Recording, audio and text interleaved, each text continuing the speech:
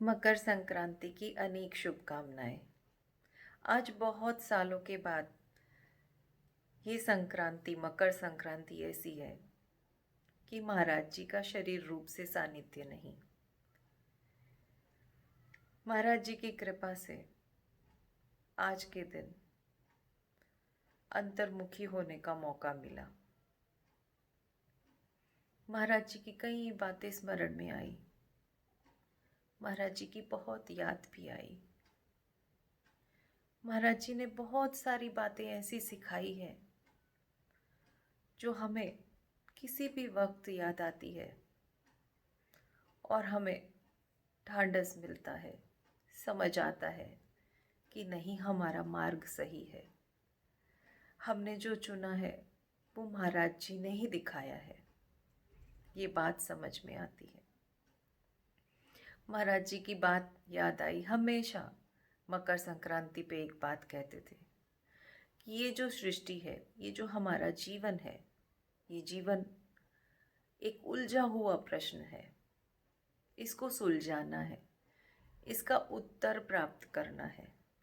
जब हम इसका उत्तर प्राप्त करेंगे तभी हमारे जीवन में उत्तरायण का काल शुरू होगा। हम उस तरफ प्रयास करेंगे इस जीवन के उलझे हुए प्रश्न को सुलझाने का, और वो तभी संभव है जब वृत्तियाँ अंतर्मुखी हो, जब हम अंतर की खोज में लगे, बाहर की सारी गुण दोषमयी सृष्टि को छोड़ के जो एक गुण विश्व विदित है, जिसको तुलसीदास जी महाराज ने कहा है, सकल जगत गुण दोषमय विश्व विदित गुण एक। वो जो एक तत्व है उसका लक्ष्य हो हमारे जीवन में, और उसी पे हमारी सूरता लगे। सूरता यानी कि वृत्तियों का समूह।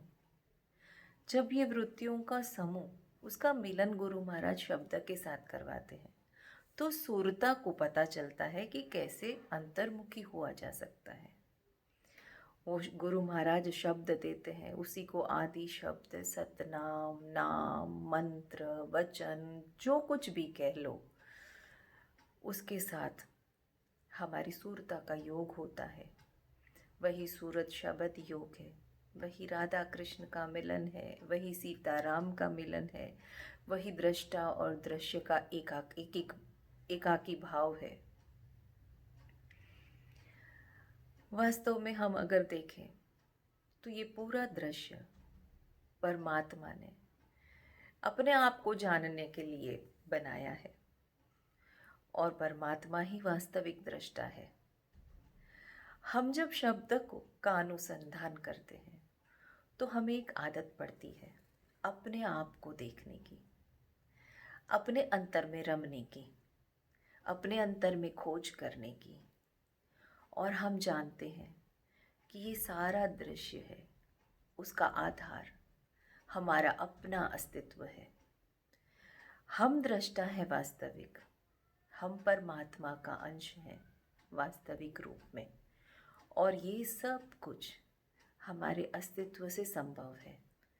इसका आधार, इस दृष्टा का आधार, इस दृश्य का आधार, इस दर्शन का आधार एक ही तत्व है, और वही तत्व प्रकाशित कर रहा है सब कुछ। किसी के दोष, किसी के गुण, किसी का अच्छा होना, किसी का बुरा होना, सब कुछ वही तत्व प्रकाशित कर रहा है।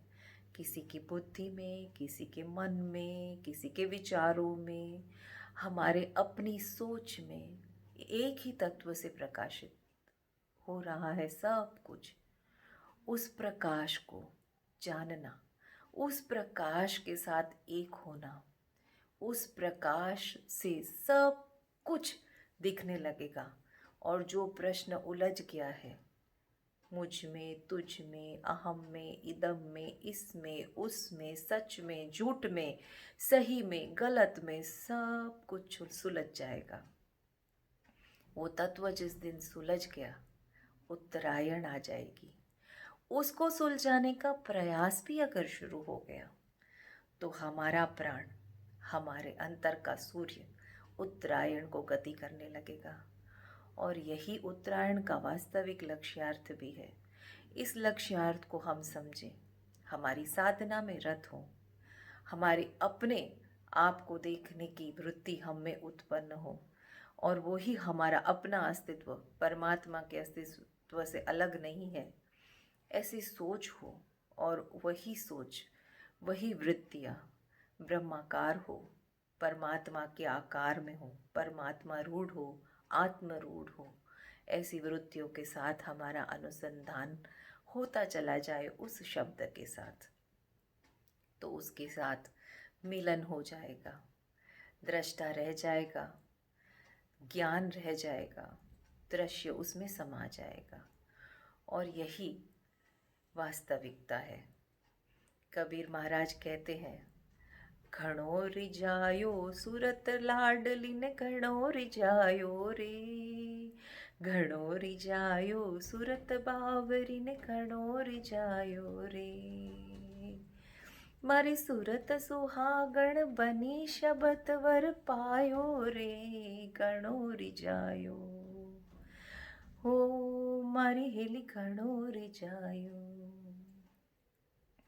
सुरता को खूब मनाया और उस सुरता को शब्द के साथ उसकी शादी करी, तो सुरता को समझ में आया कि उसका एक रूपता, उसका अस्तित्व किससे है। यही हमारे जीवन का लक्ष्य है, और हम भी उसी की उस उत्तर को सुलझाने की कोशिश में लग जाए तो हमारा जीवन भी उत्तरायण रूप हो जाएगा।